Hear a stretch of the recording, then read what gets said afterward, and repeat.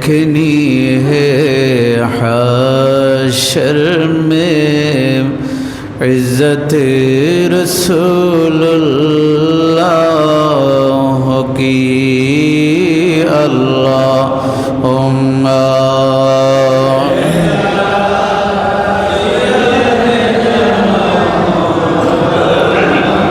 मुहम्मद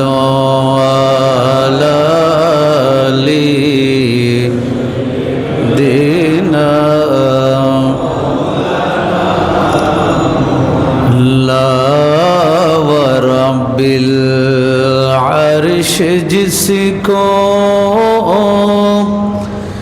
जो मिला उनसे मिला, बजती है कौनैनों में नेमत रसूलुल्लाह की।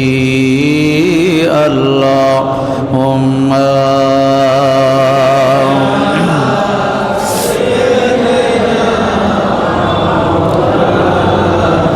मुहम्मद वाला आली सय्यिदिना।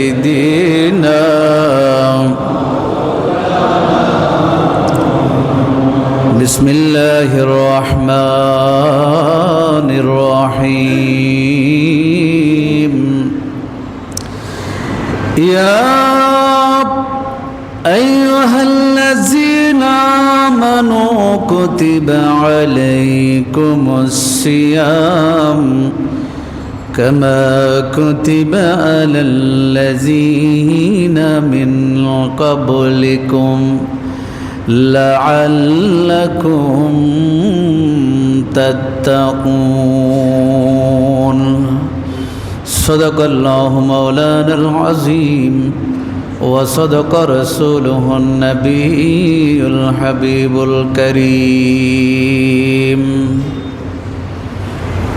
उपस्थित पवित्र माहे शाबानुल मुअज्जम शरीफेर तृतीय जुमार नामाज आदाय करबार उद्देश्ये आगत मुअज्जज मोहताराम सम्मानित श्रद्धाभाजन हजरात मुसल्लियान किराम मुरब्बियान आज़म जुबक भाइरा रहिमानी व रहिमाकुमुल्लाह। अस्सलामु अलैकुम व रहमतुल्लाहि व बरकातुहू। महान रब्बुल आलमीनेर पवित्र दरबारे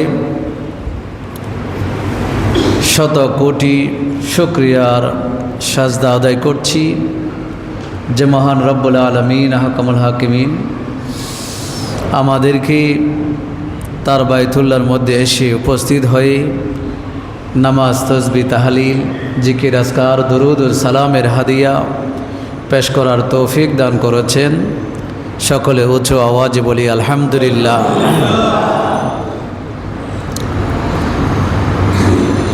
আজ শাবানের তৃতীয় জুমা, আর একটা অথবা দুইটা জুমা আমরা পাব, এরপরে মাহে রমজানের আগমন ঘটবে। তার পূর্বে মাহে রমজানের প্রস্তুতিমূলক যে কাজগুলো আমাদের দরকার সে বিষয়ে কথা বলবার জন্য আপনাদের সামনে দাঁড়িয়েছি। আল্লাহ তাআলা আমরা যা বলতে পারি এবং শুনতে পারি সে অনুযায়ী যেন আল্লাহ আমল করার তৌফিক দান করেন। সকলে পড়ি আমিন। শুরুতেই একটি আয়াতে কারিমা আপনাদের সামনে তেলাওয়াত করেছি। সে আয়াতের মধ্যে আল্লাহ তাআলা ঘোষণা দিয়েছেন,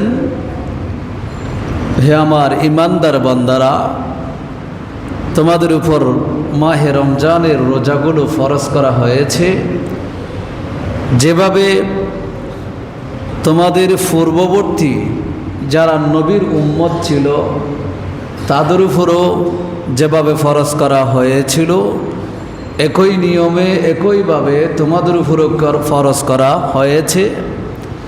কারণ হচ্ছে লাআল্লাকুম তাত্তাকুন, যাতে তোমরা মাহে রমজানের রোজাগুলো পালনের মাধ্যমে মুত্তাকি তাকওয়াবান তোমরা হতে পারো। বড় করে বলি সুবহানাল্লাহ।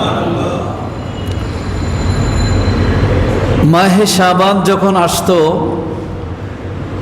আল্লাহর হাবিব সাল্লাল্লাহু আলাইহি ওয়াসাল্লাম মাহে রমজানের পূর্ব প্রস্তুতি হিসেবে সবচাইতে বেশি রোজা রাখতেন মাহে শাবান শরীফের মধ্যে।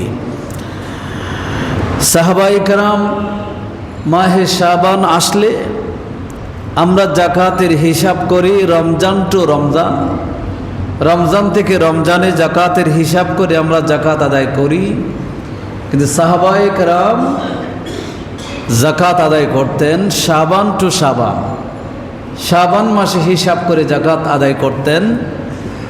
উদ্দেশ্য ছিল নিজে রোজা রাখবো আগামী মাসে, যারা গরিব আছে, নিঃস্ব মানুষ আছে, যাদের সম্পদ নাই, যারা সাহরি করতে পারে না, ইফতার করতে পারে না, এরকম সহায় সম্বলহীন মানুষ যারা আছে, শাবান মাসে ধনীদের সম্পদ থেকে জাকাতের পয়সাগুলো তারা পেয়ে তারা যেন সেই রোজাগুলো, ফরজ রোজাগুলো যেন সুস্থতার সাথে, সফলতার সাথে, অভাব অনটন যেন না থাকে, সেভাবে যেন তারা পালন করতে পারে, সেই দিক বিবেচনা করে সাহাবায়ে কেরামের পূর্ব প্রস্তুতি ছিল নিজেও রোজা রাখবো, আমার মুসলমান ভাই যাদের অর্থ নেই, খাবার নেই, তারাও যেন সফলভাবে রোজা রাখতে পারে, সেই চিন্তা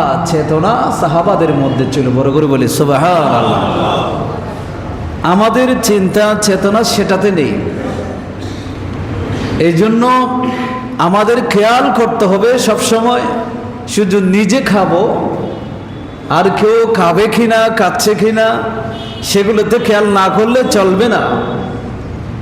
আমরা রোজা রাখবো, আমাদের অর্থ আছে, খাবারের কোনো অভাব নেই, কিন্তু আমার প্রতিবেশী যারা নিঃস্ব আছে, যাদের সহায় সম্বলে মাহে রমজানে পরিশ্রমও করতে পারে না, রিক্সাওয়ালা রিক্সা চালাতে পারে না, সেই রিক্সা যখন চালাতে পারে না, পরিবারের ভার বহন করতে গিয়ে তারা রোজা রাখে না, কিন্তু আমি মুসলমান হিসেবে, সমাজের একজন ইমানদার হিসেবে আমার সম্পদ আছে, আমার দেখা উচিত ছিল যেটা সাহাবায়ে কেরাম করতেন, আমার প্রতিবেশী যাদের খাবার নেই তাদের করে খাবার পৌঁছে দেব, মাহে রমজানের 1 মাসের খাবার তাদের কাছে পৌঁছে দেব, তারা যেন নির্বিঘ্নে পুরা পরিবার ওই 30টা রোজা যেন পালন করতে পারে। বড় করে বলি সুবহানাল্লাহ। সমাজের যারা এই ধরনের মানুষ, আপনারা যারা আছেন, জাকাত দিবেন, লক্ষ লক্ষ টাকা জাকাত দেন, এই জাকাতগুলো লক্ষ লক্ষ টাকা আপনি বিভিন্ন জায়গায় চিটিয়ে দেন, 10,000 20,000 করে করে ভাগ করে দেন, অনেকে 5 টাকা 10 টাকা করে ভাগ করে দেন। সেটা না করে আপনি জাকাতটা হিসাব করেন, হিসাব করে আপনার প্রতিবেশী গ্রামে গঞ্জে যারা আছে, যারা এরকম আপনার পাশে আছে, এই ধরনের মানুষগুলোর কাছে মাহে রমজানের 1 মাসের খাবার ওই পরিবারের কাছে পৌঁছে দেন, যাতে করে তাকে রিক্সা চালাতে না হয়, সে যেন রিক্সা না চালিয়ে ঘরে বসে যেন সে সঠিকভাবে নামাজ ইবাদত বন্দেগীর মাধ্যমে সে যেন রোজাগুলো কি করতে পারে, পালন করতে পারে। সেটা আমাদেরকে খেয়াল করতে হবে। আমি যে কথা বলতে চাচ্ছিলাম, আল্লাহ তাআলা বলেছেন এই মাহে রমজানের রোজা তোমরা মনে করো না শুধু তোমাদের উপর ফরজ করেছি, এটা আগের নবীদের উপর কি ছিল, ফরজ ছিল, নবীর উম্মতের উপরও ফরজ ছিল, নবীর উম্মতের উপরও ফরজ ছিল, শুধু তোমাদের উপর আমি কি করি নাই, ফরজ করি নাই। কিতাবের মধ্যে এসেছে ইহুদিদেরকে এই মাহে রমজানের 1 মাসের রোজা ফরজ করা হয়েছিল। ইহুদি কারা, এটা আমি সবসময় বলি, ওয়ালাদ গায়রুল মাগদুবি আলাইহিম ওয়ালাদ-দাল্লিন, এই দুটি শব্দ এখানে এসেছে। মাগদুবি আলাইহিম মানে যাদের উপর আল্লাহ ক্রোধান্বিত, রাগান্বিত, যাদের উপর সবসময় আল্লাহর লানত বর্ষিত হয়, ওই জাতি, সেই জাতি হলো ইহুদি জাতি, সেই জাতি হলো ইহুদি জাতি। ইহুদি জাতি আল্লাহর লানতের উপযুক্ত হওয়ার যেই কারণগুলো আছে, সেই কারণগুলোর মধ্যে অন্যতম কারণ হলো আল্লাহর আইনের প্রতি তাদের বৃদ্ধাঙ্গুলি প্রদর্শন করা, আল্লাহর আইনকে তারা না মানা, আল্লাহর বিধানকে তারা তুচ্ছ তাচ্ছিল্য করা। এটাই ছিল তাদের উপরে অভিশপ্ত হওয়ার অন্যতম কারণ ছিল। কিতাবের মধ্যে তাফসিরে কাবীরে, তাফসিরে কুরতুবীতে বর্ণনা এসেছে, সর্বপ্রথম এই যে আদম আলাইহিস সালামের উপর ফরজ ছিল, আদম আলাইহিস সালাম উম্মতের উপর ছিল, আমি সেদিকে আসতেছি। ইহুদি জাতির উপরও এই মাহে রমজানের রোজা, 1 মাসের রোজা ফরজ ছিল। তারা দিনটাকে পরিবর্তন করে মাহে রমজানের মাত্র একটা দিন, মাহে রমজানটা বাদ দিয়ে তারা বছরে মিলে শুধু একটা দিন রোজা রাখত। সেই দিনটা ছিল যেই দিন ফেরাউনকে ওই লোহিত সাগরে ডুবিয়ে মারা হয়, সেই ফেরাউনকে ডুবিয়ে মারা হয় যেই দিন, সেই কষ্টটা দেখিয়ে, সেই কারণটা দেখিয়ে তারা সেই দিনটা কি করত? রোজা পালন করত। এখানে একটা শিক্ষণীয় বিষয় আছে। আল্লাহ দুশমনকে ডুবিয়ে মেরেছেন, এই জন্য ইহুদিরা সেই দিনটা রোজা রাখত। কিন্তু আল্লাহ বলতেছেন তারা সেক্ষেত্রেও মিথ্যাবাদী ছিল। এই দিনটার রোজা তারা রাখতে পারে, ফেরাউনকে ডুবিয়ে মারার জন্য নয়, তারা রোজা রাখতে পারে। আমি বনি ইসরাইল এবং মূসা আলাইহিস সালামকে সেই দিন আমি নাজাত দিয়েছিলাম, ওই খুশিতে তারা চাইলে কি করতে পারে? রোজা রাখতে পারে। দুশমন যেদিন হালাক হয়েছে, ধ্বংস হয়েছে, সেই দিন খুশি মানানো যায় না, সেই কারণে আনন্দিত হওয়া যায় না, বরং আপনি যেই দিন নিয়ামত পেয়েছেন সেই নিয়ামতটাকে স্মরণ করে কি করা যায়? আনন্দিত হওয়া। কথা বুঝতেছেন আপনারা? আমার নবী যেই দিন এসেছেন সেই দিন শয়তান ব্যতীত হয়েছে। এই শয়তান তার সেই যত ষড়যন্ত্রের ঝাল বুনেছিল, আশা করেছিল, সবগুলোর ধ্বংস হয়েছে। সেই কারণে সেই দিন আনন্দিত করা যাবে না, সেই একই দিনে আনন্দিত হওয়া যাবে। আল্লাহ সবচাইতে বড় নিয়ামত রাহমাতুল আলামিনকে আমাদের মাঝে প্রেরণ করেছেন। বড় করে বলি সুবহানাল্লাহ। অর্থাৎ নিয়ামতের কারণে আনন্দিত হওয়া যাবে। দুশমনকে ডুবিয়ে মারা হয়েছে, দুশমনকে ধ্বংস করা হয়েছে, এই জন্য আনন্দিত হওয়া যাবে। কথা বুঝতেছেন? ফেরাউন সে ইসলামের শত্রু ছিল, দ্বীনের শত্রু ছিল, নবীর শত্রু ছিল, আল্লাহর শত্রু ছিল, নিজেকে আল্লাহর সমকক্ষ দাবি করেছিল। শুধু সমকক্ষ নয়, সে বলেছিল আনা রাব্বুকুমুল আলা, সবচাইতে বড় প্রভু আমি। এমন একজন পাপিষ্ঠকে যেই দিন ধ্বংস করা হলো, সেই ধ্বংস করার কারণে যদি কেউ রোজা পালন করে, বলতেছে কিতাবের মধ্যে আসতেছে সেই রোজার রাখাটা বৈধ নয়। তবে একই দিনে মূসাকে নাজাত দেওয়া হয়েছিল, মূসার কওমকে নাজাত দেওয়া হয়েছিল, ঈমানদাররা নাজাত পেয়েছিল। সেই উপলক্ষ করে ইয়ৌমে আশুরার দিন যদি কেউ রোজা রাখে, তাহলে সেই দিনের রোজা এটা জায়েজ আছে। বড় করে বলি সুবহানাল্লাহ। দিন একই, কিন্তু বক্তব্য নিয়ত আপনার শুধুমাত্র কোনটা বেশ কম। যে ফেরাউনকে ধ্বংস করে যে রোজা রাখেন সেটা জায়েজ নাই, কিন্তু যদি সেই দিন মূসাকে নাজাত দেওয়া হয়েছিল আর মূসার কওমকে নাজাত দেওয়া হয়েছিল, সেই আনন্দে যদি আপনি রোজা রাখেন তাহলে সেটা কি আছে? জায়েজ। দিন একই। আমি যে কথা বলতে চাচ্ছিলাম, সেই ইহুদিদেরকে মাহে রমজানের রোজা দেওয়া হলো, তারা ওই ফেরাউনকে ডুবিয়ে মারা হলো, এই আনন্দে তারা সেই দিন ওই আশুরার দিন তারা কি করলো? রোজা রাখলো। মাহে রমজানের রোজাগুলো তারা কি দিয়েছিল? ছেড়ে দিয়েছিল। এরপরে আসতেছে নাসারা, খ্রিস্টান, এদের উপরে রোজা দেওয়া হয়, এই মাহে রমজানের রোজা দেওয়া হয়। তাদেরকে যখন রোজা দেওয়া হয়, তারা সেই রোজার মাহে রমজানের রোজাগুলো, সেগুলোকে যখন গরম, আমরা গত বছর পর্যন্ত গরম, তীব্র গরমের মধ্যে রোজা রেখেছি। এই বছর শুরুতে আমরা হয়তো একটু ঠান্ডার মধ্যে থাকবে, আস্তে আস্তে আমরা গরমের দিকে যাব। আগামী বছর আস্তে আরো ঠান্ডার দিকে চলে আসব। এভাবেই তো আমাদের মৌসুমগুলো পরিবর্তন হয়।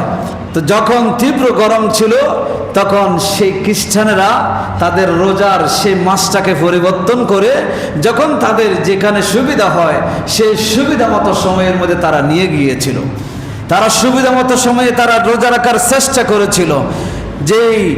এই যে তারা পরিবর্তন করেছিল, পরিবর্তন করার পরে তারা বলল ওয়ানাজিদু, আমরা আল্লাহ যেগুলো বলেছেন তার চেয়ে আমরা আরো কিছু বাড়িয়ে দেব, আরো কিছু কি করবো, প্রয়োজনে বাড়িয়ে রাখবো।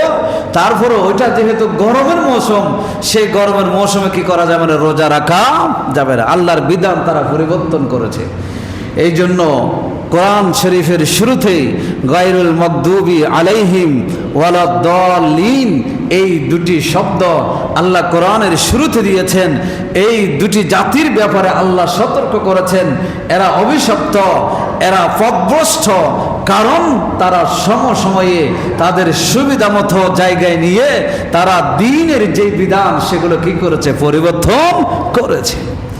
অনুরূপভাবে আজকে আমরা মুসলমান, আমরা মুসলিম সমাজে বসবাস করি, আমার পরিবার মুসলিম, কিন্তু নিজের শরীরের স্বাস্থ্য ঠিক রাখতে গিয়ে নিজে বিভিন্ন প্রকারের অজুহাত দিয়ে এই মাহে রমজানের মতো ফরজ রোজার বিধান যারা লঙ্ঘন করে, যারা রাখতে চায় না, যারা বলে আমার শরীরে কুলায় না, আমার কাজ করতে হয় এই জন্য রাখতে পারি না, বিভিন্ন প্রকারের অজুহাত দিয়ে যারা এই মাহে রমজানের রোজা পালন করতে চায় না, ওই ইহুদি এবং নাসারা যাদের ব্যাপারে কোরআনে পথভ্রষ্ট এবং অভিশপ্ত বলেছেন, তাহলে এই সমস্ত আমরা মুসলমান হলেও, আমি নামে মুসলমান হলেও কিন্তু আমার কাজটা সেই ইহুদি এবং নাসারাদের সাথে কি হয়ে যায়, মিল হয়ে যায়। আল্লাহ রসুল সাল্লাল্লাহু আলাইহি ওয়াসাল্লাম বলেছেন, মান তাশাব্বাহা বিকওমিন ফাহুয়া মিনহুম, যার কথায়, আচরণে, ব্যবহারে যার সাথে যে কওমের সাথে সাদৃশ্য পাওয়া যাবে, সে যদিও নামে মুসলমান কিন্তু সেই ব্যক্তিটা সেই দলের অন্তর্ভুক্ত হয়ে যাবে। সুতরাং আমি যে কথাটা বলতে চাচ্ছিলাম, খ্রিস্টানদের উপর রোজা ফরজ ছিল, তারা পরিবর্তন করেছে, তারা রাখে নাই, যথাসময়ে রাখে নাই। ইহুদিদের উপর রোজা ফরজ ছিল কিন্তু তারাও যথাসময়ে রাখে নাই, তারা সেটা পরিবর্তন করেছে, একদিন, বছরের একদিন রেখেছে। এভাবে যারা পরিবর্তন করে, যারা এই মাহে রমজান যেটা আসতেছে সেই মাহে রমজানের রোজাগুলো যারা রাখতে চায় না, তারা ইহুদি নাসরাদের সাথে তাদের সাদৃশ্য আল্লাহ না করুক, তওবা করতে হবে। যদি তওবা না করে তাহলে বেঈমান হয়ে মারা যাওয়ার কি আছে, সম্ভাবনা আছে। আল্লাহ আমাদের সকলকে হেফাজত করুন, সকল বলি আমিন। সাবধান করবেন, আপনার পরিবারে যেই ছেলে 10 বছর উপনীত হয়েছে সে যদি রোজা রাখতে চায়, বাধা দিবেন না। কারণ একটা ছেলে মেয়েরা 9 বছর থেকে 12 বছরের মধ্যে প্রাপ্তবয়স্ক হয়। একটা ছেলে 12 বছর থেকে 15 বছরের মধ্যে প্রাপ্তবয়স্ক হয়। প্রাপ্তবয়স্ক মানে শুধু প্রাপ্তবয়স্ক মানে হল মুকাল্লাফ বিশ-শরআ, মানে তার উপর শরীয়ত ওয়াজিব হয়ে যায়। এর আগ পর্যন্ত তার উপর শরীয়ত ওয়াজিব ছিল না, ফরজ ছিল না, শরীয়তের বিধান তার উপর আরোপিত হয়। এই 9 থেকে মেয়ে হলে 9, ছেলে হলে 12, এই সময় থেকে, এর আগ থেকে তাকে মাহে রমজানের রোজাগুলো পালন করার জন্য অভ্যস্ত করে তোলা, এটা মা বাবার দায়িত্ব। মা বাবা যদি তাদেরকে বাধা দিয়ে যদি সেই রোজাগুলো পালন করতে না দেয়, ছেলে কষ্ট পাবে, এই চিন্তা করে যদি পালন করতে না দেয়, তখন ছেলে প্রাপ্তবয়স্ক হওয়ার পরে যদি সে মাহে রমজানের রোজাগুলো না রাখে, তাহলে তার সন্তানের সেই গুনার ভার মা বাবাকে বহন করতে হবে। এই জন্য সন্তান যখন প্রাপ্তবয়স্ক হওয়ার আগে সবকিছু বুঝে, সবকিছু উপলব্ধি করার সেই ক্ষমতা তার ভিতরে এসেছে, তখন সে যদি রোজা রাখতে চায়, তাকে রোজা রাখার সেই পরিবেশ আপনাকে করে দিতে হবে, আমাদেরকে করে দিতে হবে। আল্লাহ সবাইকে কবুল করুন, সকলে বলে আমিন। হাদিসে পাকের মধ্যে অনেকগুলো কথা এসেছে। সর্বপ্রথম আদম আলাইহিস সালামের উপর রোজা ফরজ করা হয়েছিল। আদম আলাইহিস সালামের উপর যখন রোজা ফরজ করা হয়েছিল, তখন তিনি প্রতি মাসে 3টি করে রোজা রাখতেন, প্রতি মাসে 3টি করে রোজা রাখতেন। তাহলে বছরে হয়ে যায় 3 × 12 = 36 দিন রোজা রাখা। প্রতি মাসে 3টা করে রোজা রাখতেন, বছরে মোট 36টা রোজা রাখতেন। যেই রোজাগুলোকে কিতাবের মধ্যে এসেছে আইয়ামে বীজের রোজা বলা হয়, 13, 14, 15 এই 3টা তারিখে রোজা পালন করা। আমাদের অনেকে সেই রোজাগুলো রাখেন। সেই আইয়ামে বীজের রোজাগুলো হযরত আদম আলাইহিস সালামের উপর ফরজ ছিল। এই জন্য আদম আলাইহিস সালাম আইয়ামে বীজের সেই রোজাগুলো কি করতেন? পালন করতেন। এরপরে হযরতে আদম আলাইহিস সালামের পর হচ্ছে নূহ আলাইহিস সালাম, যাকে আদমে সানি বলা হয়। আদমে সানি নূহ আলাইহিস সালামও ঠিক আদম আলাইহিস সালামের সন্তান হিসেবে নূহ আলাইহিস সালাম প্রতি মাসের 13, 14, 15 তারিখ এই 3টা করে রোজা রাখতেন। এটা নূহ আলাইহিস সালাম এবং তার উম্মতের উপর কি ছিল? ফরজ ছিল। এরপরে হযরতে দাউদ আলাইহিস সালাম তিনি রোজা রাখতেন অন্য সিস্টেমে। একদিন রোজা রাখতেন, একদিন ইফতার করতেন, একদিন রোজা রাখতেন। এভাবে করে মাসের 15 দিন রোজা, 15 দিন রোজা ছাড়া, এভাবে তিনি প্রতি পুরা বছর ধরে তিনি কি করতেন? রোজা পালন করতেন। এটা দাউদ আলাইহিস সালামের উপর রোজা ফরজ ছিল। কেউ যদি রোজা রাখতে চায় সবচাইতে বেশি, রসুল বলেছেন তুমি লাগাতার রোজা রাখার দরকার নেই, তুমি সর্বোত্তম রোজা হলো সৌমে দাউদ। দাউদ আলাইহিস সালামের রোজা। দাউদ আলাইহিস সালাম একদিন রোজা রাখতেন, আরেকদিন রোজা রাখতেন না। এভাবে করে কেউ যদি সারা বছর রোজা রাখতে চায়, তারা দাউদ আলাইহিস সালামের সেই রোজার মতো কি করতে পারেন? রোজা রাখতে পারেন। এরপরে হযরতে মূসা আলাইহিস সালাম, তিনি তার কথাটা বললাম যে তার উপর তিনি রোজা রাখতেন, সেটা হচ্ছে 40 দিন।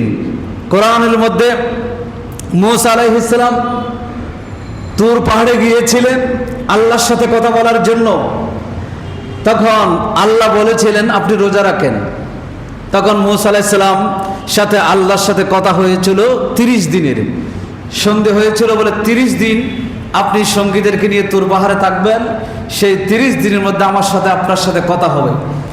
তখন মূসা আলাইহিস সালাম সেখানে রোজা রেখেছিলেন। এই রোজাটা ছিল তার উপর ফরজ। 30টা রোজা রাখার পরে আমাদেরও রোজা রাখলে, সারাদিন রোজা রাখলে মুখ দিয়ে দুর্গন্ধ বের হয়। দুর্গন্ধ বের হয় না? দুর্গন্ধ বের হয়। মূসা আলাইহিস সালাম লাগাতার সাহরি ইফতার ব্যতীত 30টা রোজা রাখলেন, মুখ দিয়ে দুর্গন্ধ বের হচ্ছে। তখন তিনি খেয়াল করলেন এই সময়ে যদি 30 দিনের মাথায় যদি সময়, যেহেতু আল্লাহ যেটা ওয়াদা দিয়েছেন এর মধ্যেই তো আল্লাহ আমার সাথে কথা বলবেন, তখন শেষ মুহূর্তে এসে তিনি কি করলেন? বলে আমার মুখ দিয়ে দুর্গন্ধ বের হচ্ছে, আল্লাহর সাথে এই মুহূর্তে যদি কথা হয় তাহলে মুখ দিয়ে দুর্গন্ধ বের হবে। এই জন্য তিনি একটা মিসওয়াক নিলেন, একটা গাছের ঢাল মিসওয়াক বানিয়ে তিনি একটু মিসওয়াক করলেন। তখন মিসওয়াক করার কারণে তার মুখের দুর্গন্ধ ঠিকই চলে গিয়েছে। কিন্তু আল্লাহ বললেন মূসা রে, আমি তো বলেছি 30 দিন রোজা রাখতে, আমি তো মিসওয়াক করার জন্য ইজাজত তোমাকে দিই নাই, কারণ রোজাদারের মুখের দুর্গন্ধ ওইটা আমার কাছে মিশক আম্বরের চাইতে বেশি সুগন্ধিময়। তুমি আমার থেকে ইজাজত না নিয়ে মিসওয়াক করে ফেলেছ, মুখের দুর্গন্ধ দূর করেছ, এটা আমার পছন্দ হয় নাই। এই জন্য আমি আরো 10 দিন সময় বাড়িয়ে দিলাম, আরো 10 দিন আপনাকে রোজা পালন করতে হবে। বড় করে বলে সুবহানাল্লাহ।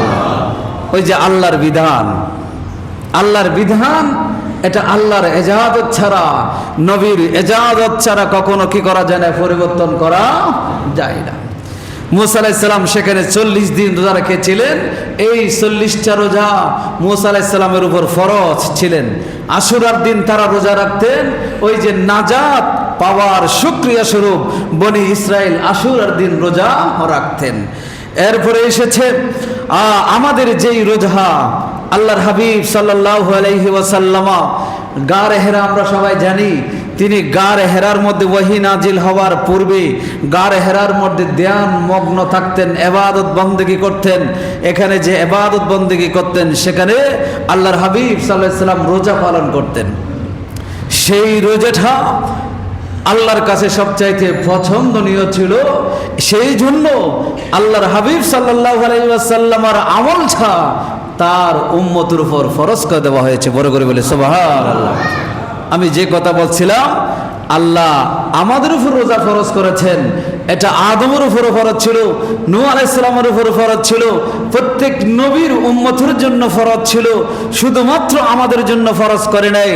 যারাই যে কালে যেই সমস্ত নবীর উম্মতরা অবাধ্য হয়ে সেই বিধান পরিবর্তন করেছে তাদেরকে আল্লাহ জালেম হিসেবে, অভিশপ্ত হিসেবে, দলিল হিসেবে, পথভ্রষ্ট হিসেবে আখ্যায়িত করেছেন কোরআনে।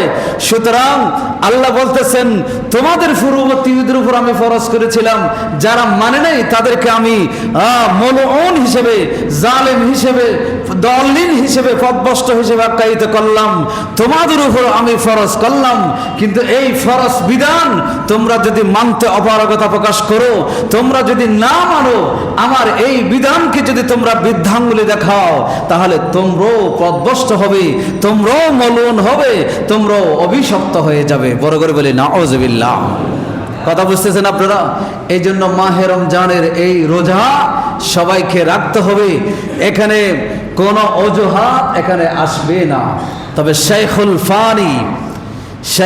ফানি বলা হয় যারা হোশ ঠিক রাখতে পারে না, যে কোনো মুহূর্তে তাদের ইন্তেকাল হতে পারে।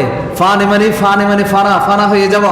শেখ মানে বৃদ্ধ, মানে এমন বৃদ্ধ যে হয়তো যে কোনো সময় মারা যেতে পারে, এরকম কোন যদি বৃদ্ধ থাকে, সে রোজা রাখলো কি না রাখলো কি তার কোনো এহসাস নাই, এরকম হলে শুধু তার জন্য শরীয়ত অনুমতি দিয়েছে, সে রোজা রাখতে বা না পারলে রাখবে না, আর কারোর জন্য অনুমতি নেই। তবে রুফিয়াল কালামো আন সালাসা, 3 ধরনের ব্যক্তি থেকে শরীয়ত তুলিয়ে নেওয়া হয়েছে। পাগল থেকে যতক্ষণ পর্যন্ত সে সুস্থ হয় না, শিশু যতক্ষণ প্রাপ্তবয়স্ক হয় না, আর অসুস্থ ওই যে শেখুল ফানি, যে এই ধরনের ব্যক্তি, অথবা মুগমি আলাই, যে বেহুশ হয়েছে, সেই বেহুশ ব্যক্তি যতক্ষণ পর্যন্ত হুঁশ ফিরে আসবে না, ততক্ষণ পর্যন্ত তার উপর কি হবে না, শরীয়তের কোনো বিধান ওয়াজিব হবে না। মনে রাখবেন, রোজার বিধান এটা ফরজ। নামাজ যেভাবে ফরজ, রোজার প্রতি আমাদের কোনো রোজা রাখি, রোজার যে বিধানগুলো, রোজার ভিতরে যে সিস্টেমগুলো, রোজার ভিতরে যে আদাবগুলো, রোজার প্রতি যে সুন্নাতগুলো আছে, সেগুলো আমরা জানি না। আমি এই জন্য এবছর আমি দেখলাম এগুলো বলা প্রয়োজন, এই জন্য আমি আগে থেকেই সেই রোজার কথাগুলো বর্ণনা করা শুরু করেছি। ইনশাল্লাহ সামনে আরও ধারাবাহিকভাবে চলবে। আল্লাহ পাক রব্বুল আলামিন আহকামুল হাকিমিন আমাদেরকে সবাইকে কবুল করুন, সকল পড়ে আমিন। এই মাহে রমজানের রোজা যখন আসে, এই মাহে রমজানের রোজার শুভ সংবাদ সবাইকে জানাতে হবে। সবাইকে কি করতে হবে? এই জানানোটা, আপনি তো জানেন রোজা আসতেছে, আমিও জানি, কোনো অসুবিধা নেই, কিন্তু আপনার সাথে যখন আমার দেখা হলো, তখন আমার দায়িত্ব হচ্ছে, নবীর সুন্নাত হচ্ছে যে সামনে রোজা আসতেছে, প্রস্তুতি গ্রহণ করুন। সামনে রোজা আসতেছে, প্রস্তুতি গ্রহণ করুন। পরিবারকে বলতে হবে যে সামনে রোজা আসতেছে, রোজার প্রস্তুতি গ্রহণ করো। সন্তানকে বলতে হবে সামনে রোজা আসতেছে, রোজার প্রস্তুতি কি করো, গ্রহণ। এটা কার সুন্নাত? কথা বলেন না, রসুলের সুন্নাত। কার সুন্নাত? রসুলের সুন্নাত। এগুলো চর্চা করতে হবে। এই যে রমজান আসতেছে, আর 10 দিন বাকি, 15 দিন অবশিষ্ট আছে, 12 দিন অবশিষ্ট আছে। এই 12 দিন পরে, 10 দিন পরে মাহে রমজানের রোজা আসতেছে। সেই রোজা আমাদেরকে পালন করতে হবে।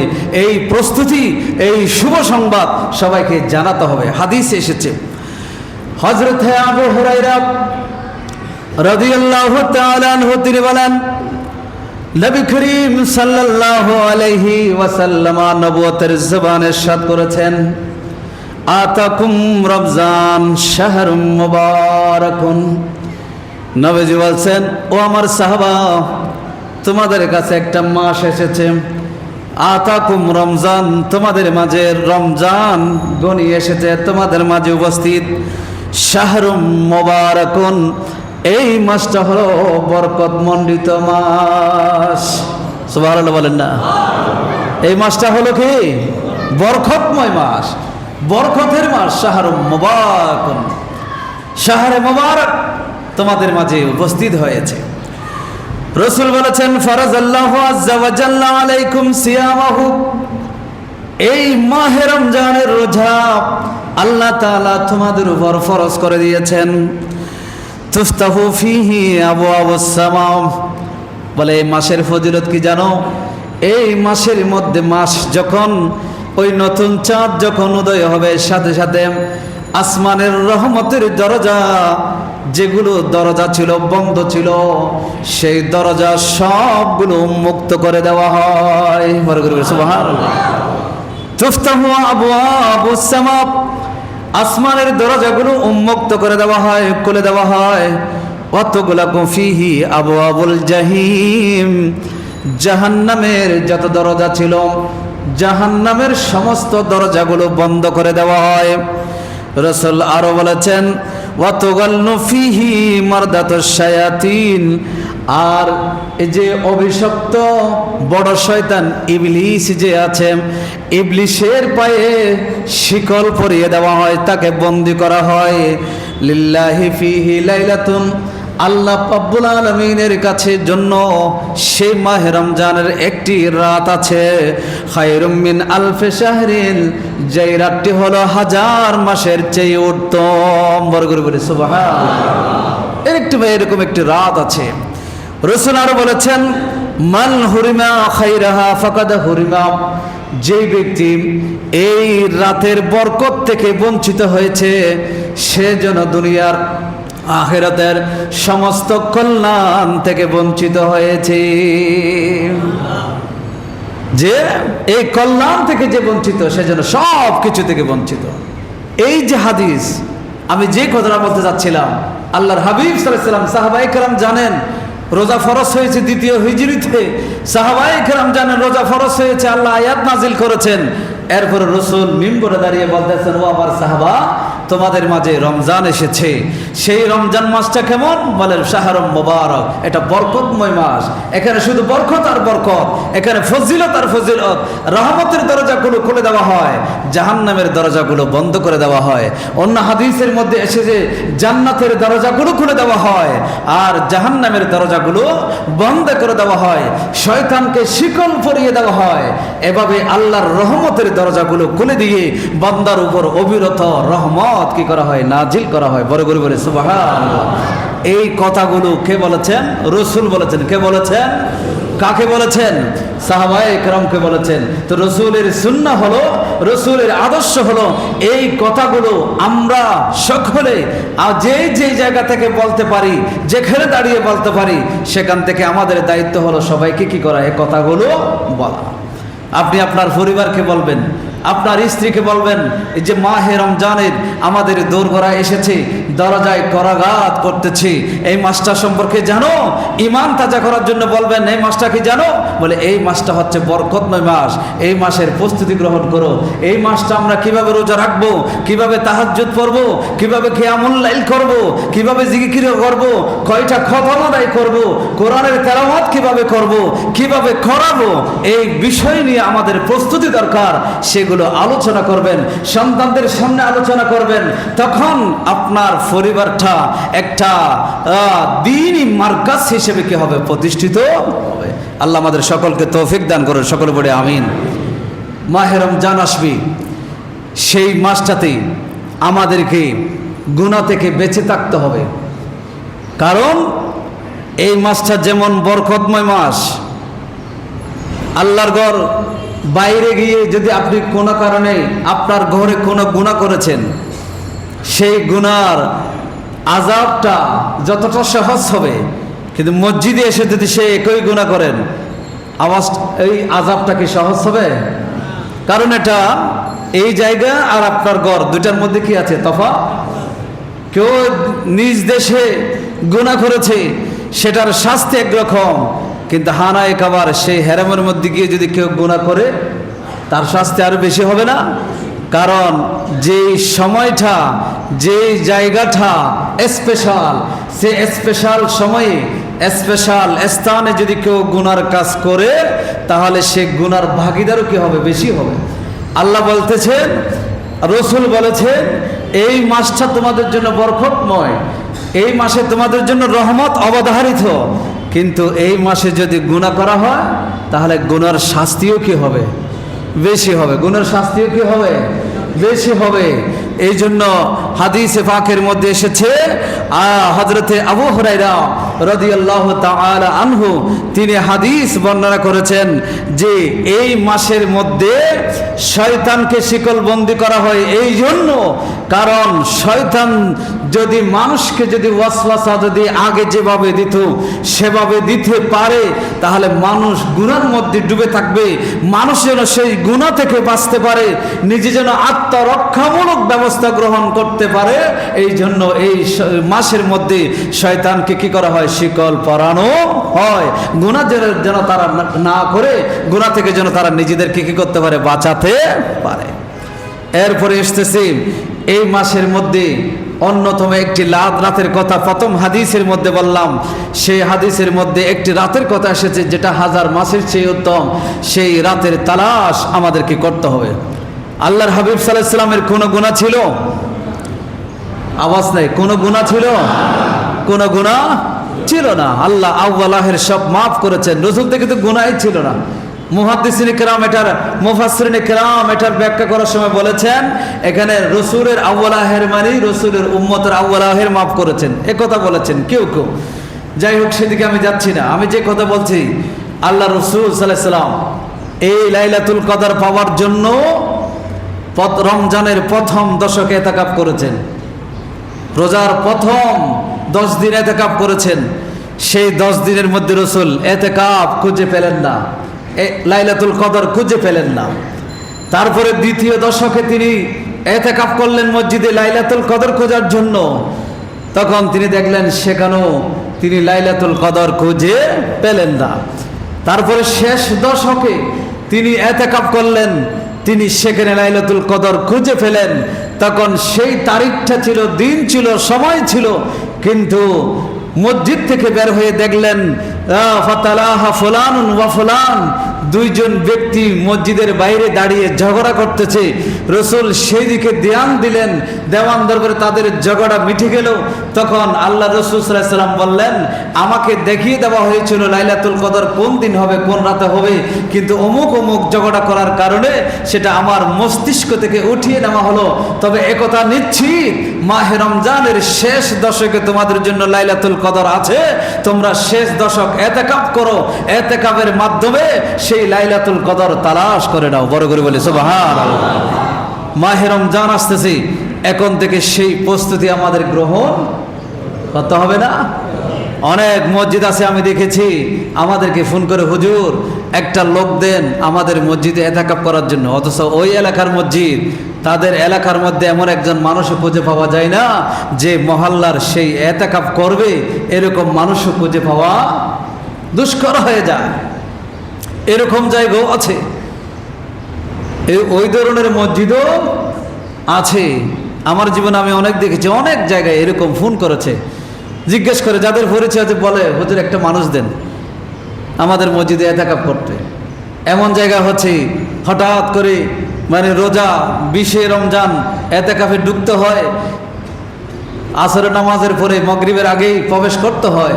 তখন দেখা যায় ইতিকাফে কেউ আসে নাই, সাথে সাথে ফোন দিল, ওই যিনি ইতিকাফ থাকবে একজন মানুষ জোগাড় করে পাঠাতে অনেক সময় তারাবি পর্যন্ত শেষ হয়ে গেছে, কোন রকম রাতের মধ্যে মসজিদে কি করেছে, প্রবেশ করেছে।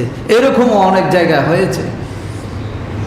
এতগুলো মানুষ, এতগুলো মুসল্লি, ইতিকাফ কি আপনাদের দরকার আছে না নাই? লাইলাতুল কদর পাওয়ার দরকার আছে না নাই? বলা হয়েছে মহল্লা থেকে যদি একজন ইতিকাফ থাকে, সমস্ত মহল্লার পক্ষ থেকে সেই এটা লাইলাতুল কদর যে তালাশের যে সুন্নাহ সেটা আদায় হয়ে যাবে। তো অমুক আছে ইতিকাফ আছে, সেই লাইলাতুল কদর পেয়ে যাবে, তার ওসিলায় আমিও পেয়ে যাব, কোনো অসুবিধা নাই। কিন্তু আপনি নিজে যদি থাকেন, কোনো অসুবিধা আছে? অসুবিধা আছে নাই? আপনি নিয়ত করেন, যারা এই বছর আমি ইতিকাফ করব, আমি লাইলাতুল কদর ধরব। আল্লাহ তাআলা যেন আমাদের সকলকে তৌফিক দান করেন। সকলে বলে আমিন। ওয়া আখিরু দাওয়ানা আনিল হামদুলিল্লাহি রাব্বিল আলামিন। আসসালামু আলাইকুম ওয়া রাহমাতুল্লাহ।